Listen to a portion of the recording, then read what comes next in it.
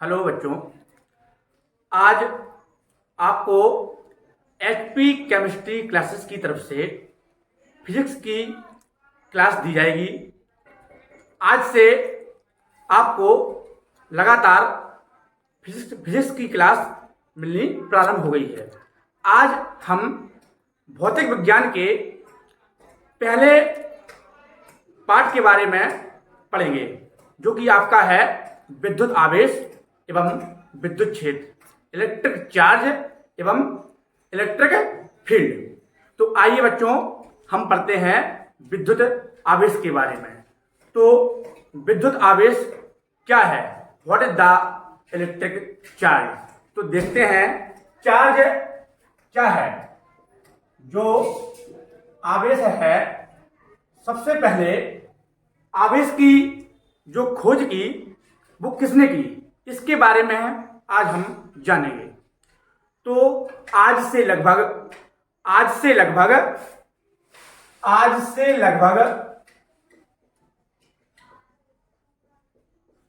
600 BC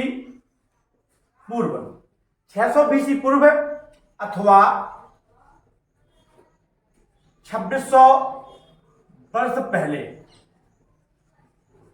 आज से लगभग 600 बीसी पूर्व या 2600 वर्ष पहले। बीसी का मतलब यहां पर है बिफोर क्राइस्ट। क्राइस्ट बोलते हैं ईसा मसीह को, और बिफोर मीन्स पहले।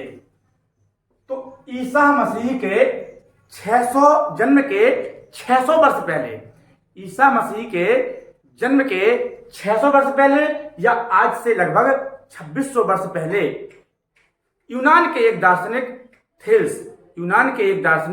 थेल्स आए। उन्होंने देखा कि जब अंबर नामक पदार्थ को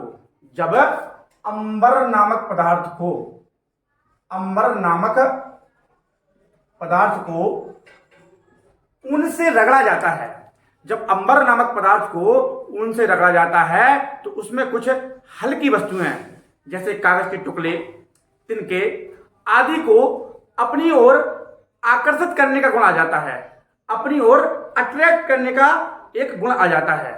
तो वो पदार्थ क्या कहलाए? उन्होंने क्या कह दिया उन पदार्थों को? आवेशमय। कि ये पदार्थ हमारे आवेशमय हो गए या वैद्युतमय हो गए, या इन्होंने आवेश प्राप्त कर लिया, चार्ज प्राप्त कर लिया। इन्होंने आवेश या चार्ज प्राप्त कर लिया। किसने? जब उन्होंने अंबर नामक पदार्थ को किससे रगड़ा? ऊन से।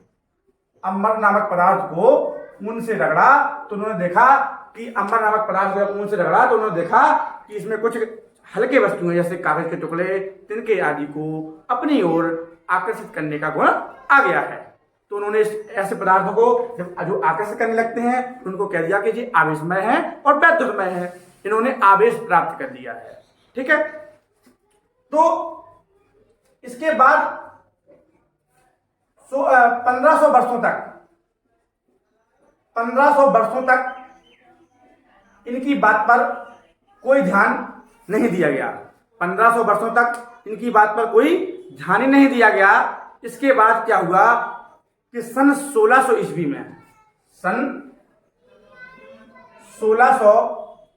में इंग्लैंड के वैज्ञानिक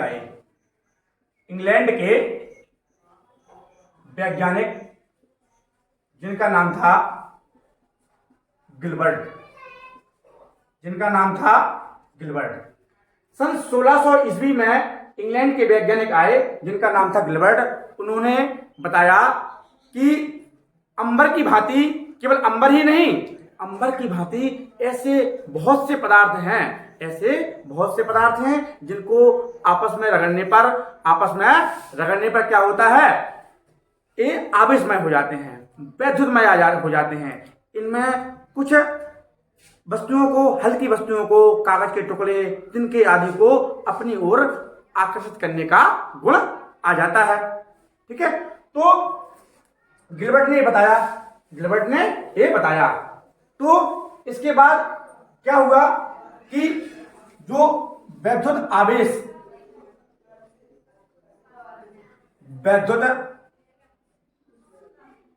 आवेश की उन्होंने परिभाषा दी है।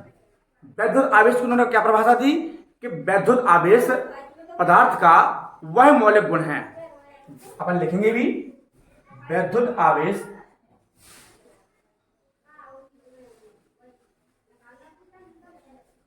पदार्थ का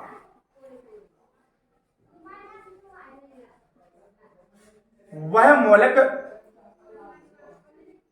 गुण है जिससे युक्त वस्तुएं अन्य वस्तुओं पर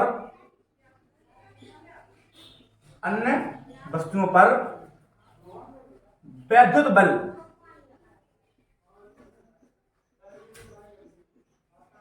आरोपित करती हैं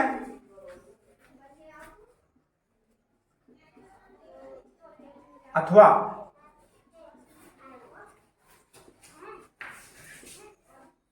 वैद्युत बल का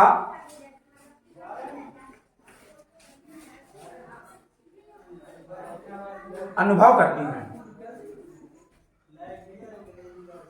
तो वैद्युत आवेश पदार्थ का वह मौलिक गुण है जिससे युक्त वस्तुएं अन्य वस्तुओं पर वैद्युत बल आरोपित करती हैं अथवा वैद्युत बल का अनुभव करती हैं।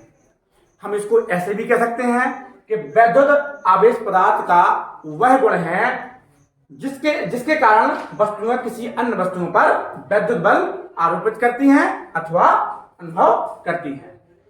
तो हमने क्या पढ़ा कि 600 BC पूर्व 2600 वर्ष पहले कौन आए? यूनान के एक दार्शनिक आए जिनका नाम था थेल्स। यूनान के एक दार्शनिक कौन नाम आए जिनका नाम क्या था? थेल्स। थेल्स ने यह बताया कि जब अंबर नामक पदार्थ को हम ऊन से रगड़ते हैं तो उनमें कुछ हल्की वस्तुएं जैसे कागज के टुकड़े, तिनके आदि को आपस में आकर्षित करने का गुण आ जाता है। तिनके आदि को आकर्षित करने का गुण आ जाता है। तो उन्होंने कह दिया ऐसे पदार्थ वैद्युतमय कहलाते हैं, आवेशमय कहलाते हैं। और पदार्थों को जो जिनके अंदर एक गुण आ जाता है पदार्थों के अंदर, उनको उन्होंने क्या कह दिया कि इसको कह दिया वैद्युत आवेश। अब सन 1600 ईस्वी में इनकी बात पर ध्यान नहीं दिया गया। अब 1600 ईस्वी में आए इंग्लैंड के वैज्ञानिक गिलबर्ट। सन 1600 ईस्वी में इंग्लैंड के वैज्ञानिक आए गिलबर्ट, जिन्होंने बताया कि अंबर की भांति ऐसे कई सारे पदार्थ हैं जो कि अंबर की भांति ही अन्य वस्तुओं को आकर्षित करने का गुण रखते हैं।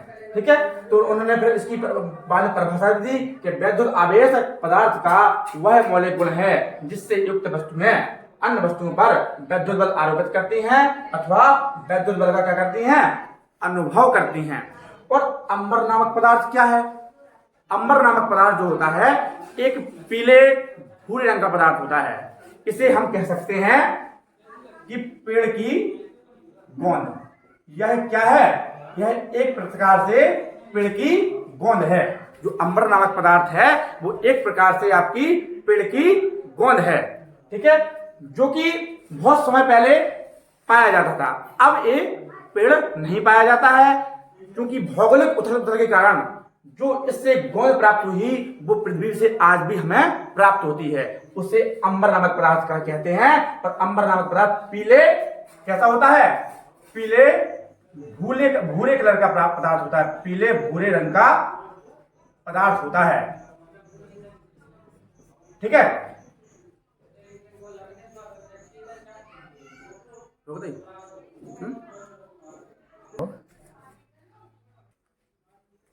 अब हम जानते हैं आवेश के प्रकार। आवेश के प्रकार, आवेश के प्रकार, टाइप्स ऑफ चार्ज।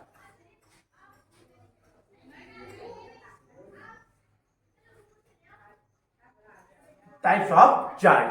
तो आपका जो विद्युत आवेश होता है वो दो प्रकार का होता है। पहला धनावेश, पॉजिटिव चार्ज, दूसरा ऋणावेश।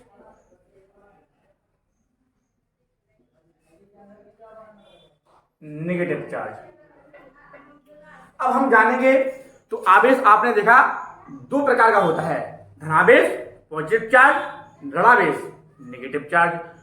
तो अब हम जानेंगे धनावेश क्या है और ऋणावेश क्या है। तो धनावेश, जैसे कि हमने आपको बताया कि जब दो पदार्थों को, किन्हीं दो विशेष पदार्थों को आपस में रगड़ा जाता है, तब उनमें किसी अन्य वस्तुओं को आकर्षित करने का गुण आ जाता है, जिसे हमने आवेश बोला आवेश। तो धनावेश कब होता है? अब दो वस्तु जब आपस में रगड़ी जाएंगी तो उनमें से एक वस्तु में से इलेक्ट्रॉन जाएंगे और एक वस्तु इलेक्ट्रॉन ग्रहण करेगी। अब जो वस्तु इलेक्ट्रॉन त्यागेगी उसमें आवेश आएगा धनावेश, और जो वस्तु इलेक्ट्रॉन ग्रहण करेगी उसमें आ जाएगा ऋणावेश, क्योंकि उसमें इलेक्ट्रॉनों की अधिकता हो जाएगी, और जो वस्तु इलेक्ट्रॉन त्यागेगी तो उसमें इलेक्ट्रॉनों की कमी हो जाएगी। तो धनावेश को हम किस प्रकार परिभाषित कर सकते हैं? जब कोई वस्तु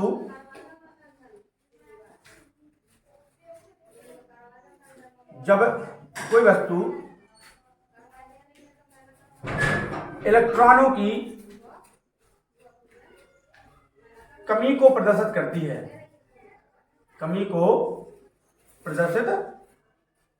है, तो उसे धनावेश कहा जाता है। ऋणावेश,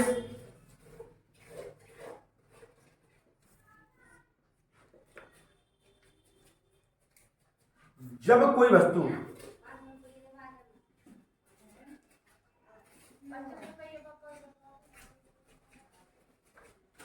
इलेक्ट्रॉनों की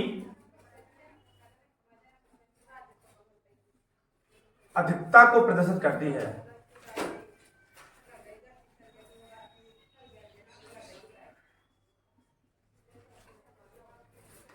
तो उसे ऋणावेश कहा जाता है। आप जब दो वस्तुओं को आपस में रगड़ेंगे तो उनमें इलेक्ट्रॉन में हलचल तो होगी। तो ऐसा नहीं कि एक वस्तु इलेक्ट्रॉन ना त्यागे या दूसरी ग्रहण ना करे, ये पदार्थ में गुण ही होता है, इलेक्ट्रॉनों का ही गुण होता है। तो एक वस्तु से इलेक्ट्रॉन जाएंगे और दूसरी में आएंगे, तो जो वस्तु इलेक्ट्रॉन त्यागेगी तो उसमें इलेक्ट्रॉन की कमी हो जाएगी, तो उस पर जो आवेश होगा वो क्या होगा? धनावेश, पॉजिटिव चार्ज। और दूसरी वस्तु जो इलेक्ट्रॉन ग्रहण करेगी उसमें इलेक्ट्रॉनों की अधिकता हो जाएगी, तो वो क्या प्रदर्शित करेगी? इलेक्ट्रॉनों की अधिकता को प्रदर्शित करेगी। जब इलेक्ट्रॉनों की अधिकता को प्रदर्शित करेगी तो उस पर जो आवेश होगा वो होगा आपका ऋणावेश। क्या होगा? ऋणावेश। अब जैसे आप बिल्ली की खाल को आबनूस से रगड़ दें, तो जो आपका आवेश होगा, वो होगा ऋणावेश, कि बिल्ली की खाल पर ऋणावेश आ जाएगा। और जो यदि आप कांच की छड़ को रेशम से रगड़ दें तो जो आवेश उत्पन्न होगा वो होगा धनावेश। ठीक है, तो एक वैज्ञानिकों द्वारा सिद्ध किया गया है। अब देखिए अब आते हैं इलेक्ट्रॉनिक सिद्धांत के। पहले जानेंगे आवेश के गुण के बारे में। आवेश के गुण,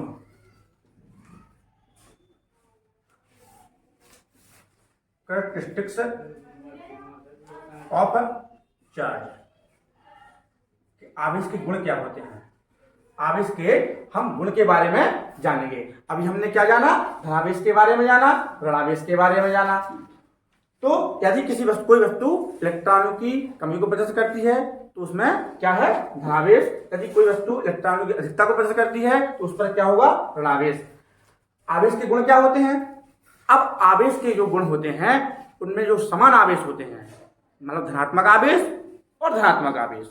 तो समान आवेश आपस में क्या करते हैं, रेपेल करते हैं। रेपेल का मतलब होता है प्रतिकर्षित। वो आपस में क्या करते हैं, प्रतिकर्षित करते हैं। या समान ऋणावेश आ जाएं तो भी वो भी क्या करेंगे, आपस में रेपेल करेंगे, मतलब कि प्रतिकर्षित करेंगे। तो कहने का मतलब है समान आवेश आपस में प्रतिकर्षित होते हैं। तो पहला हम लिखेंगे, पहला गुण क्या है, समान आवेश।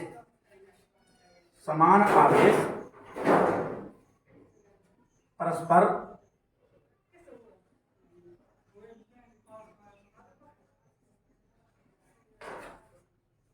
प्रतिकर्षित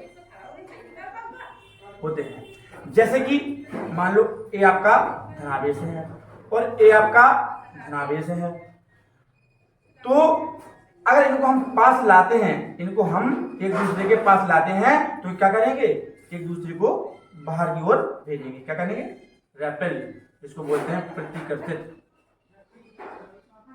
करना। तो प्रतिकर्षित करेंगे। यदि इसी प्रकार आपके यदि ऋणावेश हैं तो इनको हम एक दूसरे के पास लाते हैं, तो ये क्या करेंगे, दूर भागेंगे। ये भी क्या करेंगे, प्रतिकर्षित ही करेंगे। तो समान आवेश क्या करते हैं, प्रतिकर्षित करते हैं। दूसरा पॉइंट, विपरीत आवेश या विजातीय आवेश कुछ बोलते हैं। विपरीत आवेश परस्पर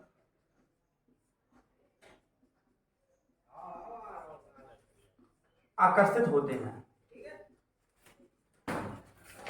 एक धनावेश ले लीजिए और एक ऋणावेश ले लीजिए, तो विपरीत जो आवेश होते हैं वो आपस में एक दूसरे को आकर्षित करते हैं, अट्रैक्ट करेंगे।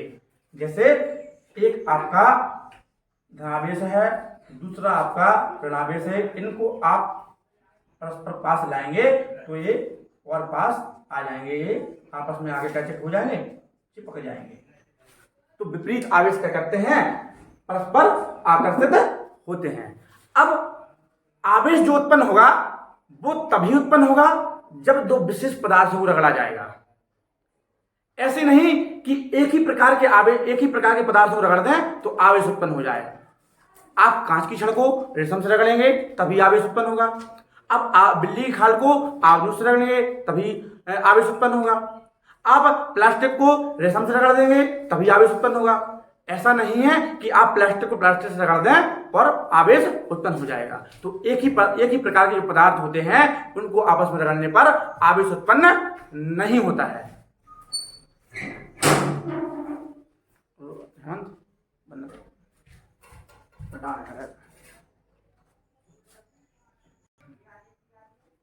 देखिए, अब हमें पढ़ना है इलेक्ट्रॉन सिद्धांत के बारे में, इलेक्ट्रॉनिक थ्योरी। तो क्या है इलेक्ट्रॉन सिद्धांत? तो इलेक्ट्रॉन सिद्धांत के अनुसार आपको पता है कि प्रत्येक पदार्थ होता है, प्रत्येक पदार्थ परमाणु से मिलकर बना है। किससे मिलकर बना है? परमाणु से मिलकर, एटम से मिलकर बना होता है।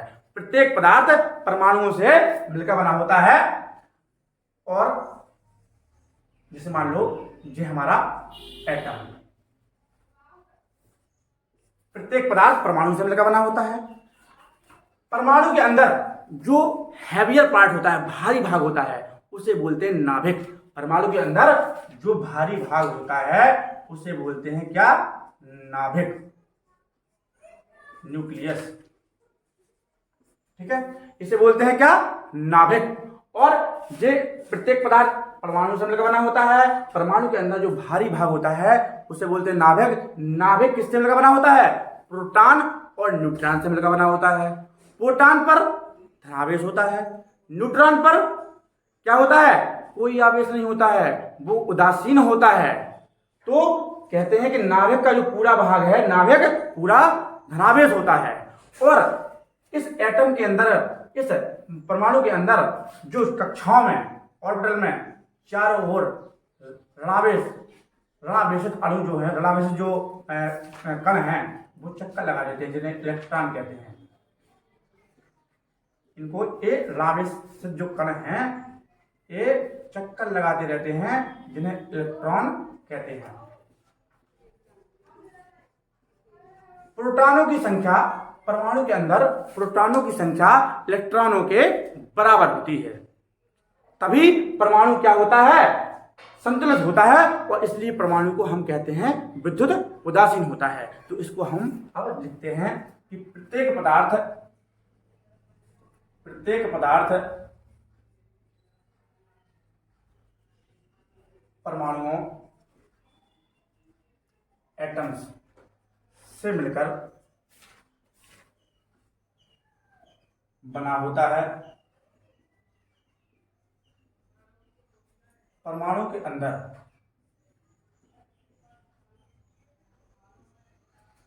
भारी भाग को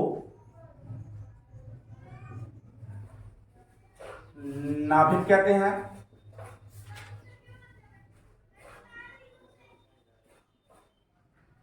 नाभिक प्रोटॉनों व न्यूट्रॉनों से मिलकर बना होता है। प्रोटॉन पर धनावेश व न्यूट्रॉन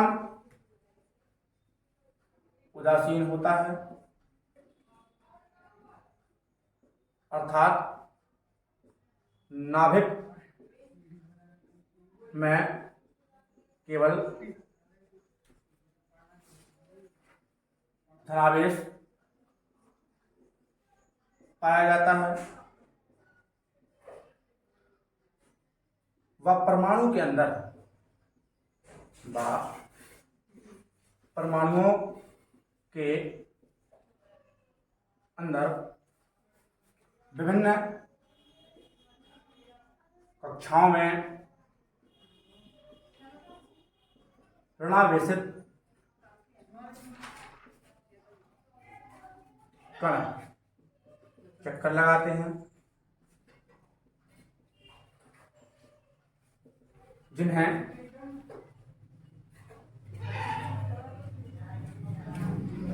इलेक्ट्रॉन कहा जाता है। प्रोटॉनों की संख्या